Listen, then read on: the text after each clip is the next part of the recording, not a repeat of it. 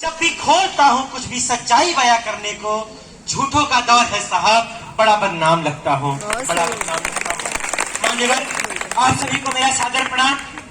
मैं आज अलग श्रीवास्तव विषय के पक्ष में अपने विचार रखने के लिए उपस्थित हुआ हूँ।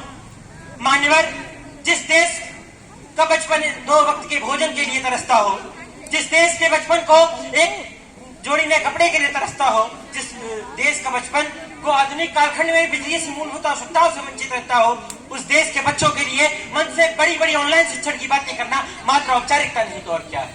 महोदय, मेरे विपक्षी मित्र मंच पर ऑनलाइन शिक्षा का महिमा मंडन करते हुए कल्पनाओं की रथ पर सवार होकर आकाश को तो छूना चाह रहे हैं, परंतु यथार्थ के कठोर धरातल को छूने, उसे महसूस करने से बच रहे हैं। महोदय, हमें यह विचार करना चाहिए कि जिस ऑनलाइन शिक्षण की हम बात कर रहे हैं, उसके लिए हमें 3 मूलभूत आवश्यकताओं की पूर्ति करनी होगी: बिजली, इंटरनेट और कंप्यूटर। और इससे भी आवश्यक है या खरीदने के लिए पैसा। जी महोदय, पैसा।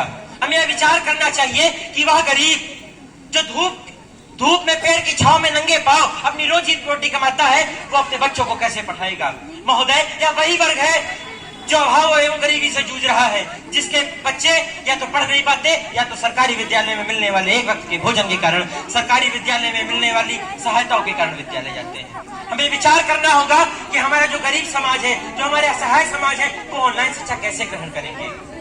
शहर के धन्याट्यवर्य और सुविधा संपन्न विद्यालयों के लिए ऑनलाइन शिक्षा सहज हो सकती है, परंतु बाबा साहब भीमराव अम्बेडकर जी ने कहा था कि शिक्षा वह शेरनी का दूध है जो जिसे जितना पीता है उतना दहाड़ता है। यदि हम शहर के धन्याट्यवर्य सुविधा संपन्न विद्यालयों की सुविधा का ध्यान रखते हुए गरीब बच्चों को उससे दूर कर देते हैं, तो महोदय, ये हमारे शिक्षा के मौलिक अधिकारों का हनन होगा, ये हमारे संविधान के अधिकारों का हनन होगा।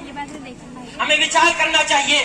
हम उस संबंध रखते हैं जहां गुरुकुलों में अखिल मंडलाकारम व्याप्तम येन चराचरम तत्पदम दर्शनम येन तस्मै श्री गुरुवे नमः के मंत्र को मन में स्मरण करते हुए गुरुओं के मार्गदर्शन में विश्व गुरु कहलाए थे। महोदय, बहुत दुख होता है जब वही विश्व गुरु देश आज गुरुहीन शिक्षा की बात करता है। महोदय, हमें यह विचार करना चाहिए कि ऑनलाइन शिक्षा में व्याप्त अनुचित मार्गदर्शन, संवादहीनता, अकेलापन के कारण छात्र शीघ्र ही सूखने लगता है।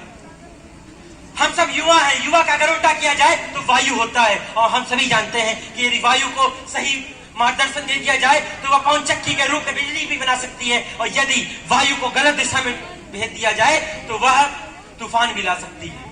हमें यह विचार करना चाहिए। 4 पंक्तियों के माध्यम से अपनी बात को आप सभी के बीच में रखता हूँ कि चिरागों को उछाला जा रहा है, हवाओं पर रोक डाला जा रहा है, और हम ही है बुनियाद बेहतर शिक्षा की, और हम ही है बुनियाद बेहतर शिक्षा की। हम पे ही प्रश्न उठाया जा रहा है।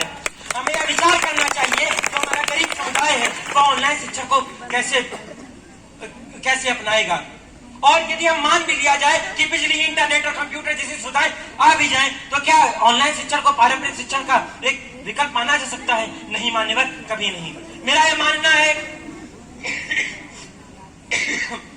मानना है कि ऑनलाइन शिक्षण में व्याप्त अनुचित मार्गदर्शन और संवादहीनता जैसे कारणों से जो आज का हमारा युवा है वो उसका पथभ्रष्ट हो जाता है।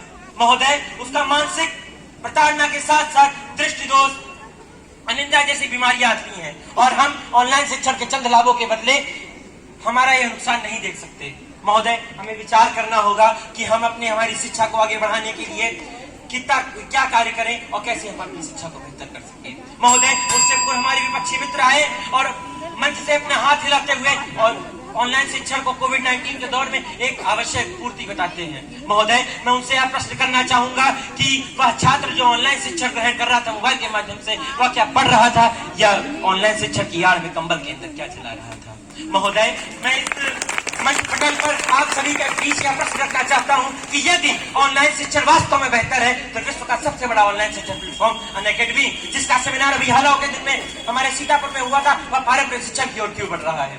महोदय, हमें विचार करना चाहिए कि यथार्थ के कठोर धरातल पर क्या हमारा आत्मचिंतन मात्र खिलौने के बदौलत टिका था? क्या मात्र खिलौने के द्वारा शिक्षा देने का स्वप्न देखा था हमारे तक्षशिला, नालंदा जैसे विश्वविद्यालयों के शिक्षाविदों ने? महोदय, हमें विचार करना चाहिए कि यदि हम अपनी शैक्षिक प्रगति चाहते हैं तो यदि हम अपने भारत की प्रगति चाहते हैं, हम हमारे समाज में पुनः समाजवाद की स्थापना चाहते हैं, तो मैं लौट आऊंगा कि सभी में पहुंच के कालिदास के छंदों की तरफ मानवता के स्वाभिमान के मापदंडों की तरफ, तभी हम सबका कल्याण होगा।